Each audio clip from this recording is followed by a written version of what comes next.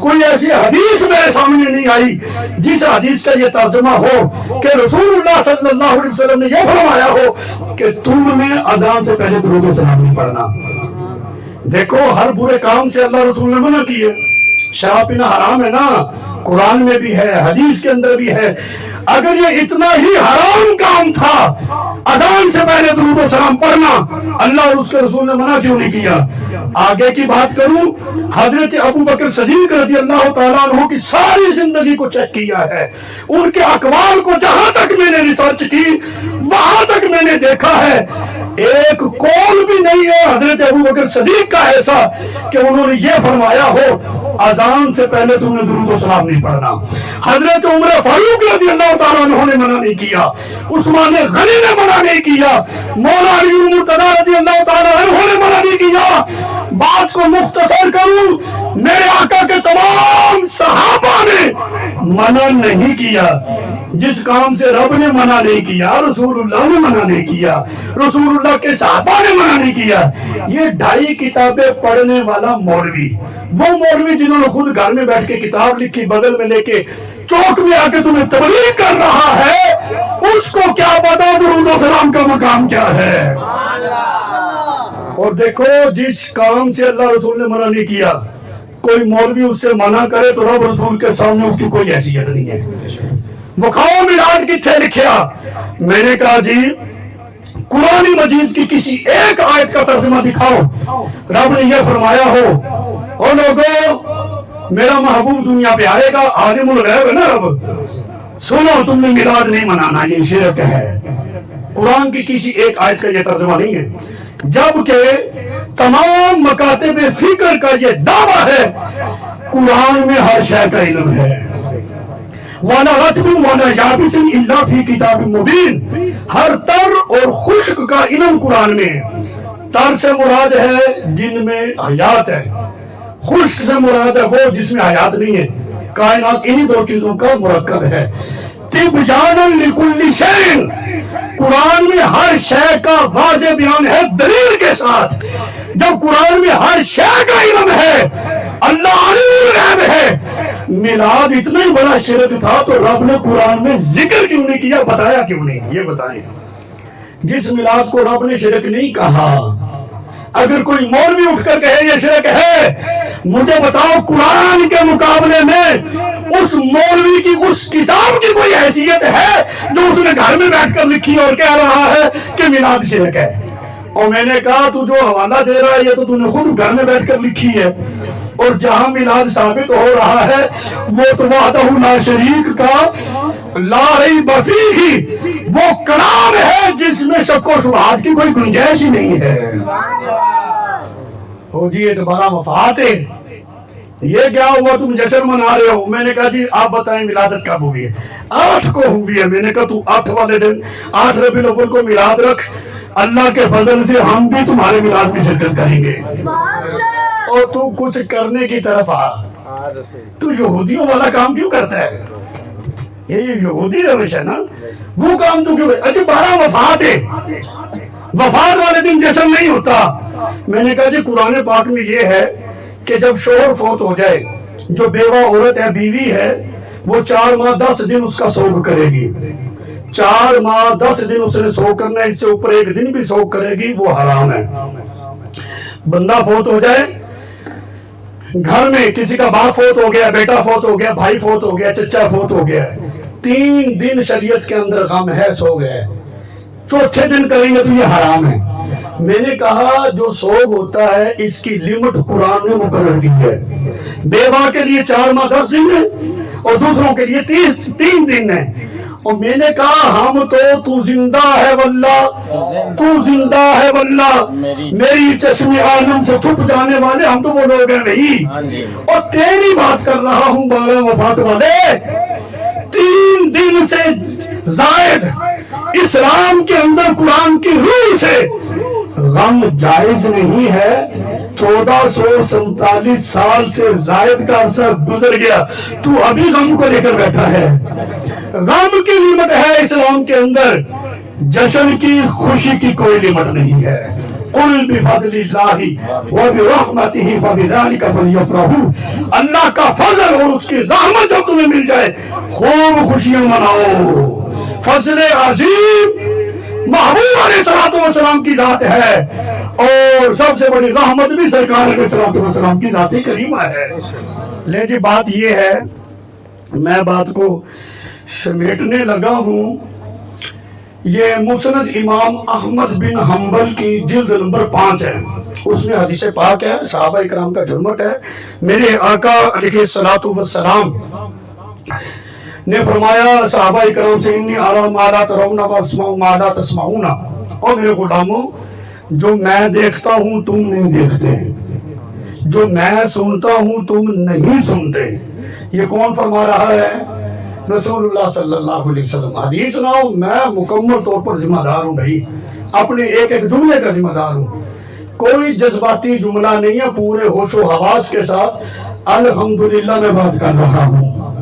میرے آقا نے فرمایا انی ارا ما لا ترون، جو میں دیکھتا ہوں تم نہیں دیکھتے۔ صحابہ سے کہا اللہ اکبر، وہ صحابہ جن کی شان یہ تھی کہ یا ساریت الجبل، او میلوں دور جنگ ہو رہی تھی، حضرت عمر بن خطاب رضی اللہ تعالی عنہ اس کو مشورہ دے رہے ہیں آپ اس طرف ہو جائیں، یہ صحابہ کی شان۔ ان سے میرے آقا نے فرمایا جو میں دیکھتا ہوں تم نہیں دیکھتے۔ جب ان کا دیکھنا با کمال ہے، پھر سرکار کا دیکھنا کیسا ہوگا؟ وَأَسْمَعُ مَا لَا تَسْمَعُ، فرمایا جو میں سنتا ہوں تم نہیں سنتے۔ حدیث پاک میں آتا ہے سرکار نے فرمایا آسمان پر اتنے فرشتے آ گئے ہیں، انہوں نے رب کو سجدہ کیا ہے، آسمان پر 4 انگلی کے برابر بھی جگہ نہیں بچی۔ سرکار کہاں ہیں؟ فرش زمین پر۔ احوال کہاں کے بیان کر رکھے ہیں؟ آسمان کے۔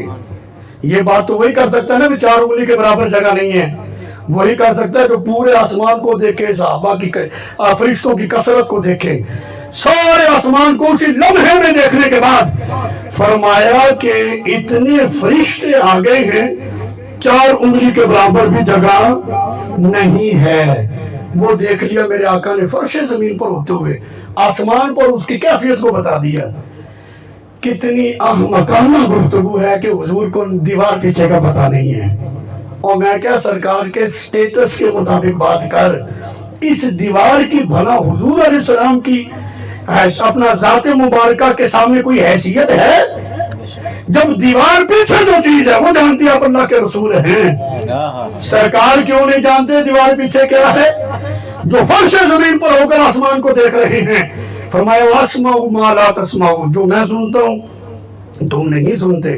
فرمایا آسمان پر جو کثرت ہوئی نا فرشتوں کی، ان کی کثرت کی وجہ سے جو آسمان میں خفیف سی آواز پیدا ہوئی، اس کی مثال یہ دی گئی جو 4 پائی ہوتی ہے نا، زیادہ لوگ بیٹھ جائیں تو زیادہ وزن کی وجہ سے اس کی چولوں میں سے جو ایک خفیف سی آواز پیدا ہوتی ہے، فرمایا اس طرح کی خفیف سی جو آواز آسمان کے اندر پیدا ہوئی، میرے آقا علیہ السلام فرماتے میں نے اس آواز کو بھی سن لیا۔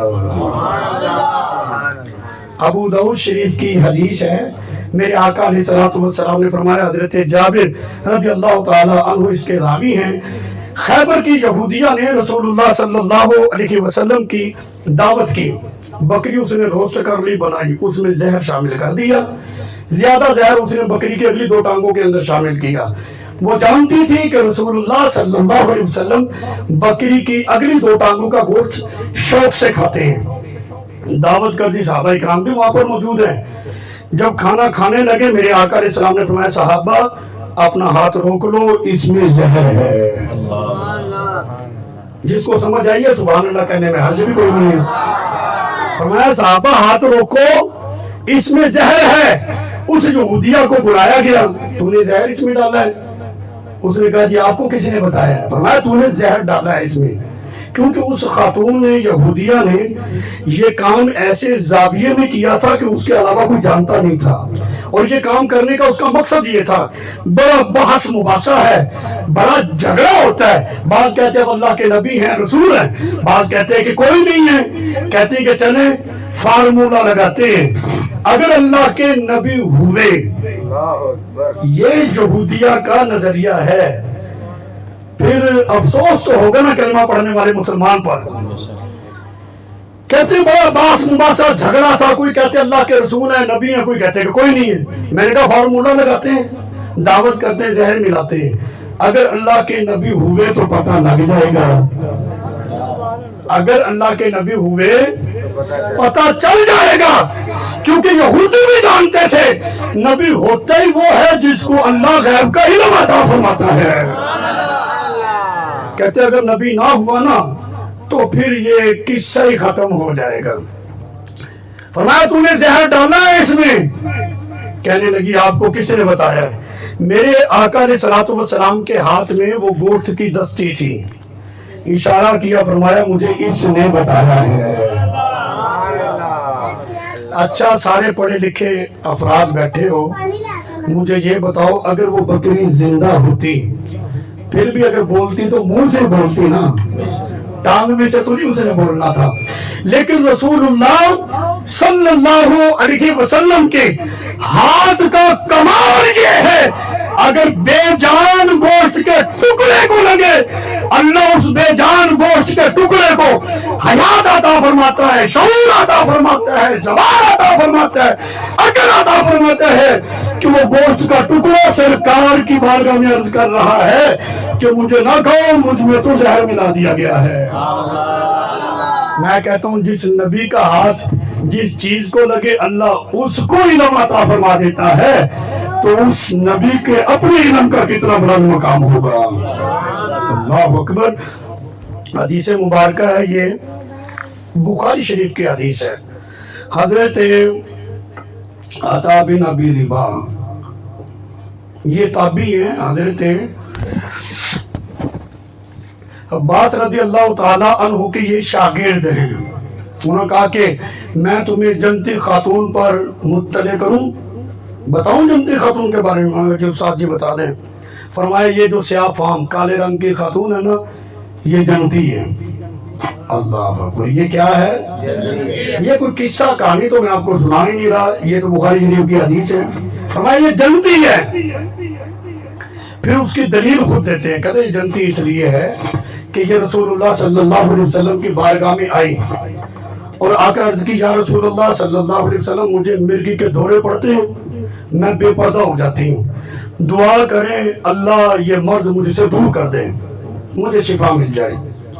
کتنے پاکیزہ عقائد تھے صحابیات کے, صحابہ کے, کہ جب بھی کوئی مشکل آتی تھی حاجت روائی کے لیے رسول اللہ کی بارگاہ میں آ جاتے تھے. یہ 1400 سال پہلے جس نظریے پر سرکار کے صحابہ صحابیات کھڑے تھے نا, الحمدللہ آج بھی اہل سنت انہی نظریات پر عقائد میں کھڑی ہے. میرے آقا علیہ السلام نے یہ نہیں فرمایا تجھے کیا ہو گیا, شرک کر رہی ہو, غیر اللہ کی بارگاہ میں آ گئی ہو, حاجت روائی مشکل کشائی چاہیے تو اللہ کی بارگاہ میں جاؤ. یہ نہیں فرمایا.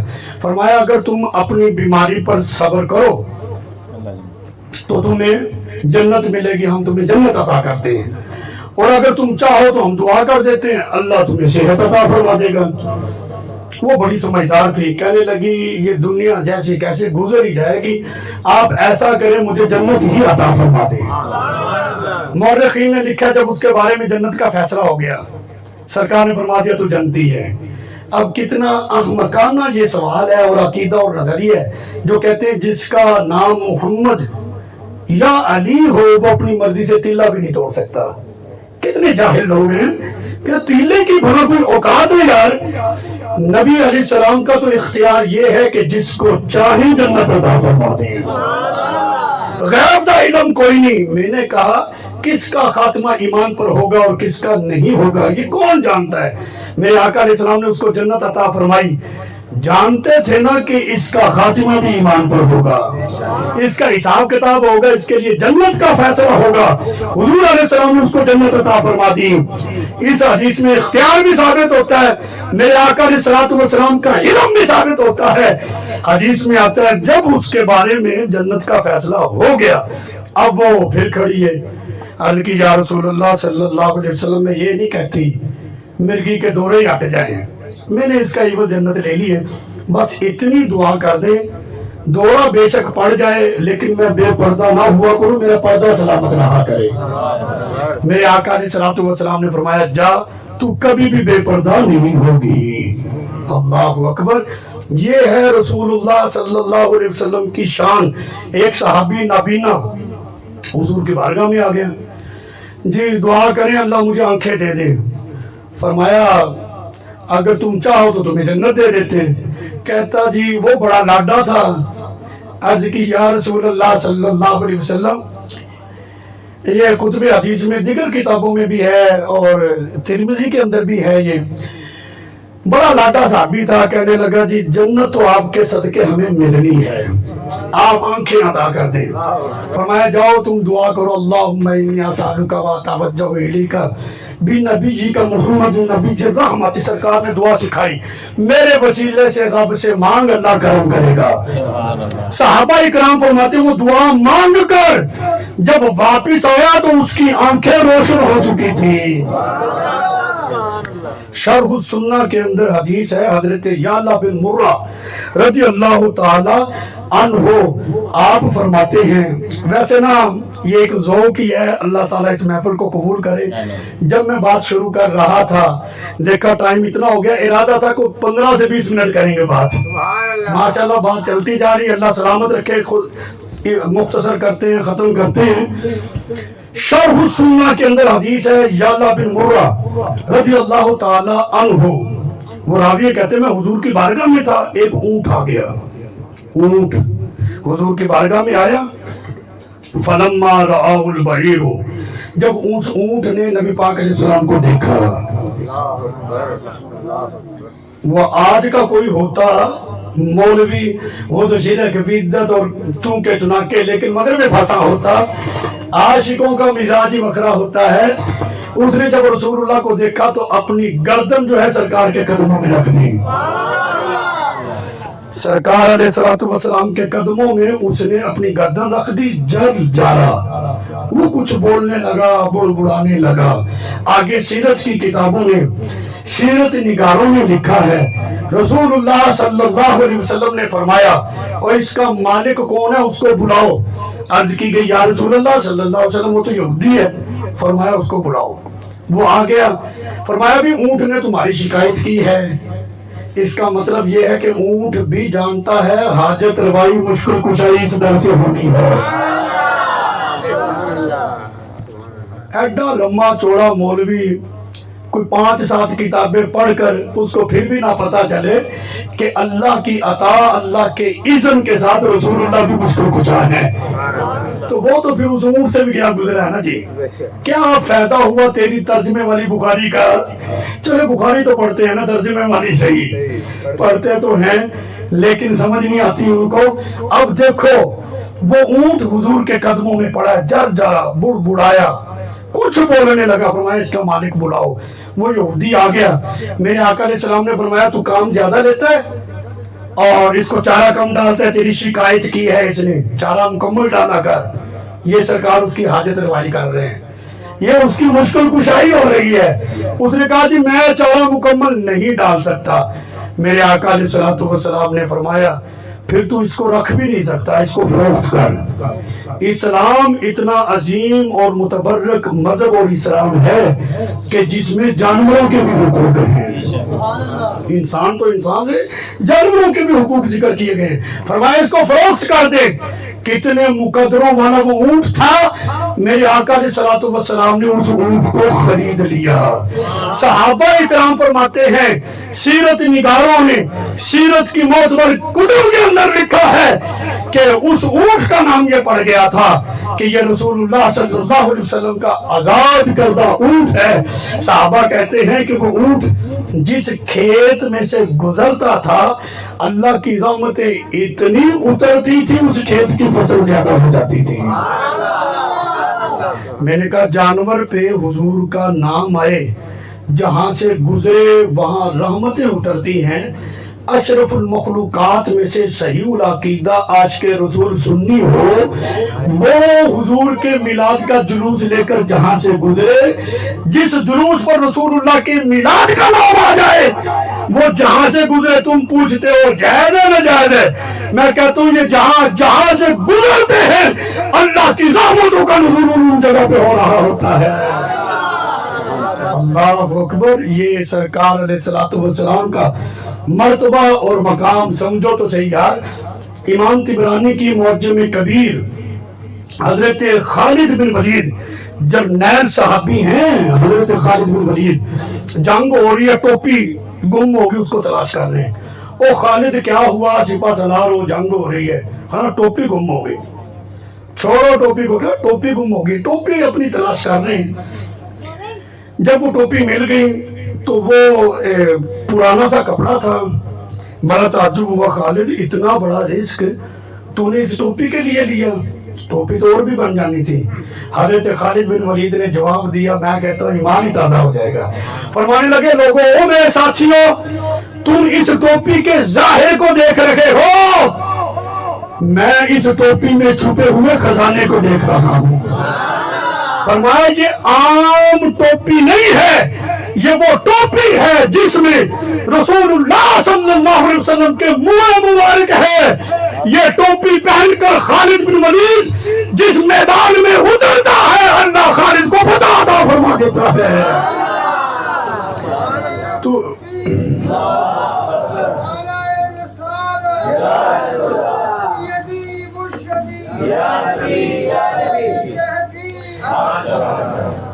سلامت رہو، خوش رہو۔ یہ کہتے وسیلہ کتھے لکھیا؟ میں کہا حضرت خالد بن ولید نو پوچھو جا کے کتھے لکھیا ہے۔ وہ تو کہتے سرکار کے بالوں کے وسیلے سے اللہ فتح عطا فرماتا ہے۔ لیکن جی بخاری شریف کی حدیث پڑھ دیتے ہیں، آپ کا مطالبہ پورا ہو جائے گا، ضدی لوگ ہیں نا، وگرنہ سرکار کا فرمان ہو، حدیث صحیح ہو، اخبار کے ٹوٹے پہ بھی ہو تو حضور کا ہی فرمان ہے۔ بخاری میں دکھاؤں، میں نے کہا جی بخاری کی حدیث ہے، بخاری شریف میں آتا ہے کہ نبی پاک علیہ السلام کی زوجہ محترمہ، تمام مومنوں کی ماں حضرت ام سلمہ رضی اللہ تعالی عنہا، ان کا وصال تمام ازواج رسول میں سے آخر میں ہوا ہے، حضرت ام سلمہ کا۔ ان کے پاس ایک چاندی کی ڈبیا تھی جس میں سرکار کا منہ مبارک تھا، سنبھال کے رکھا ہوا تھا۔ اس کا مطلب یہ ہے کہ بزرگوں کے تبرکات کو سنبھال کے رکھنا تمام مومنوں کی ماں رسول اللہ کی زوجہ حضرت ام سلمہ کی سنت ہے۔ کیا کام کرتی تھی، اس سے کیا فائدہ لیتی تھی؟ کہتے کہ جب کوئی بھی بیمار ہو جاتا، صحابہ اکرام پانی کا پیالہ لے کر حضرت ام سلمہ کے دروازے پہ آ جاتے، اور ایک قصہ کہانی نہیں، بخاری شریف کی حدیث ہے، وہ حضرت ام سلمہ کے دروازے پہ آتی، حضرت ام سلمہ رضی اللہ تعالی عنہ چاندی کی ڈبیا کھولتی، بال کو نکالتی، پیالے میں ڈالتی، برکت کے لیے حرکت دیتی۔ اس کے بعد منہ مبارک دوبارہ چاندی کی ڈبیا میں۔ صحابہ اکرام فرماتے ہیں کہ ہم وہ پانی جس میں رسول اللہ صلی اللہ علیہ وسلم کے منہ مبارک کو مس کیا گیا تھا، جب ہم وہ پانی اپنے مریضوں کو پلاتے، اللہ رسول اللہ صلی اللہ علیہ وسلم کے منہ مبارک کے صدقے سے مریض کو شفا عطا فرما دیتا۔ یہ بخاری کی حدیث ہے، ضدیو مان لو، یہ بخاری میں ہے۔ مسلم شریف کی حدیث، مسلم میں دکھاؤ، مسلم میں بھی ہے، صدیق باپ کی صدیقہ بیٹی رسول اللہ صلی اللہ علیہ وسلم کی زوجہ، تمام مومنوں کی ماں، کائنات کی محدثہ حضرت عائشہ صدیقہ رضی اللہ تعالیٰ عنہ کی ہمشیرہ حضرت اسماء بنت ابی بکر رضی اللہ تعالی عنہا، ان کے پاس رسول اللہ صلی اللہ علیہ وسلم کا جبہ مبارک تھا جو ان کو اپنی بہن حضرت عائشہ سے ملا تھا رضی اللہ تعالی عنہا۔ وہ کیا کرتی تھی؟ کہتے جب کوئی بیمار ہو جاتا نا، میں سرکار علیہ السلام کے مبارک جبے کو پانی میں ڈالتی اور اس کو ذرا حرکت دیتی، اور جب وہ پانی ہم مریض کو پلاتے، اللہ رسول اللہ صلی اللہ علیہ وسلم کے جبے کی برکت سے مریض کو شفا عطا فرما دیتا تھا۔ یہ مسلم شریف ہے، ماننے والے بنو بھائی، کبھی آمنے سامنے ہوا تو پتا چلے گا نا جی الحمدللہ دینی اسلام ہے کیا. اور اہل سنت آج بھی انہی عقائد و نظریات پہ کھڑی ہے جس پہ رسول اللہ صلی اللہ علیہ وسلم کے اصحاب 1400 سال پہلے کھڑے تھے. یہ ہمارا نصیب ہے الحمدللہ. لے جی پھر بخاری شریف کی حدیث سنا دیتے ہیں آپ کو مختصر کر کے, نہ دوڑا نہ سروڑا نہ کوئی ٹپا. کیوں جی؟ بس حضور علیہ السلام کا فرمان ہے, بخاری کی حدیث صحابہ کا جرمٹ ہے. میرے آقا علیہ الصلوۃ والسلام تشریف فرما ہیں, ایک صحابیہ آئی, اس نے چادر نبی پاک علیہ الصلوۃ والسلام کو تحفہ دی. سرکار نے تحفہ قبول کر لیا. تحفہ دینا صحابہ صحابیات کی سنت ہے, قبول کر لینا میرے آقا کی سنت ہے. قبول کیا. اس چادر کو اسی مجلس میں مجمع میں سرکار نے اوڑھ بھی لیا. ایک غلام کھڑا ہوا, صحابی رسول, عرض کی یا رسول اللہ صلی اللہ علیہ وسلم آپ مجھے یہ چادر عطا فرما دیں. میرے آقا علیہ السلام نے وہ چادر اتاری اور اپنے غلام کو عطا کر دی. جو دیگر ساتھی تھے صحابہ کرام اس کو دیکھنے لگے, اور تجھے پتہ نہیں رسول اللہ صلی اللہ علیہ وسلم کو ضرورت تھی, تحفہ دیا, قبول بھی کیا, اور بھی لیے, تو نے مانگی کیوں؟ تو جانتا نہیں سرکار کی بارگاہ میں جب کوئی سائل آ جائے تو خالی نہیں جاتا. حضور عطا ہی فرماتے, تجھے مانگنا نہیں چاہیے تھا. صحابی رسول نے بڑا خوبصورت جواب دیا, بخاری کی حدیث ہے. کہنے لگا تم کیا کہہ رہے ہو, تم کیا سمجھتے ہو, میں نے یہ چادر کوئی دنیاوی فوائد کے لیے لی ہے. نہیں نہیں, فرمایا میں نے یہ چادر رسول اللہ صلی اللہ علیہ وسلم سے اس لیے طلب کی ہے کہ تاکہ قیامت میں میرے درجات کی بلندی کا سبب بن جائے. تم ذات مصطفیٰ کے بارے میں بات کرتے ہو, شفاعت نہیں کریں گے, مشکل کشا کوئی نہیں, حاجت روا کوئی نہیں, اور میں نے کہا ذات مصطفیٰ تو بہت بلند ہے. صحابہ کے نظریات عقائد یہ تھے کہ جس شے کو چند لمحوں کے لیے بھی رسول اللہ صلی اللہ علیہ وسلم سے نسبت ہو جائے وہ شے بھی مشکل کشا ہوتی ہے, وہ چیز بھی حاجت روا ہوتی ہے, وہ شے بھی بندے کی شفاعت کرے گی اللہ کی بارگاہ میں. امام بخاری رحمت اللہ علیہ کی کتاب ہے الادب المفرد, اس میں یہ روایت موجود ہے صحابہ اکرام کے درمیان جو صحابی حضرت عمر بن خطاب کے بیٹے ہیں عبداللہ بن عمر, یہ افتاء کے منصب پر فائز تھے, مفتی صاحب تھے. صحابہ میں جو مفتی تھے نا, ان مفتیوں میں ایک مفتی حضرت عبداللہ بن عمر بھی ہے. افتاء کے منصب پر یہ فائز تھے. ان کا پاؤں ہو گیا شل. یہ آخری حدیث پڑھا کے جی محبت سے سبحان اللہ کہتے ہیں. اللہ اکبر. ان کا پاؤں شل ہو گیا, ڈنڈی بڑی ماری ہے لوگوں نے, لیکن بڑا جدید دور ہے, ان کی ڈنڈی بنا چل سکتی ہے. جہاں ڈنڈا موجود ہو ڈنڈی کی کوئی اوقات رہ جاتی ہے یار. ان کی 2 نمبریاں نہیں چلنی, بے فکر رہے ہیں آپ.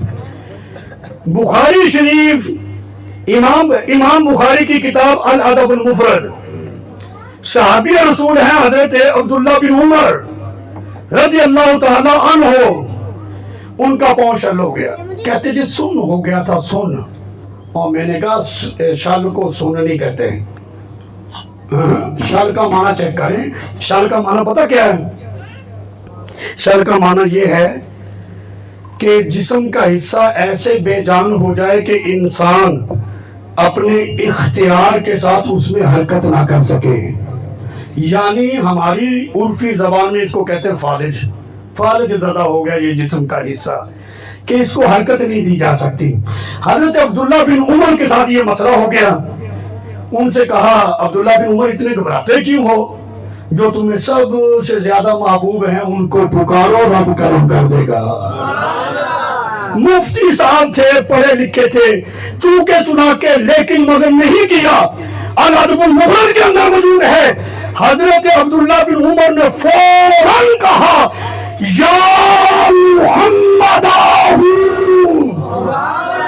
جیسے انہوں نے سرکار کو پکارا, کہتے ہیں پاؤں ایسے ٹھیک ہو گیا جیسے اس کو باندھ دیا گیا ہو اور اب کھول دیا گیا ہے.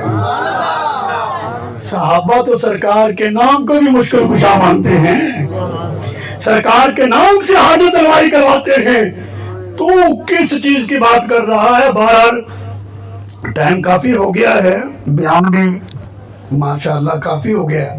اب آخر میں ایک پیغام اور ایک میسج، وہ یہ ہے کہ جو دینی جامعات ہوتے ہیں، جو دینی ادارے ہوتے ہیں، وہاں پر کائنات کا جو سب سے بڑا نصاب، سب سے اعلیٰ کتاب، وہ وہاں پڑھائی جاتی ہے، اور وہ ہے قرآن، اور قرآن کے ہی معنی مفاہیم سکھائے جاتے ہیں۔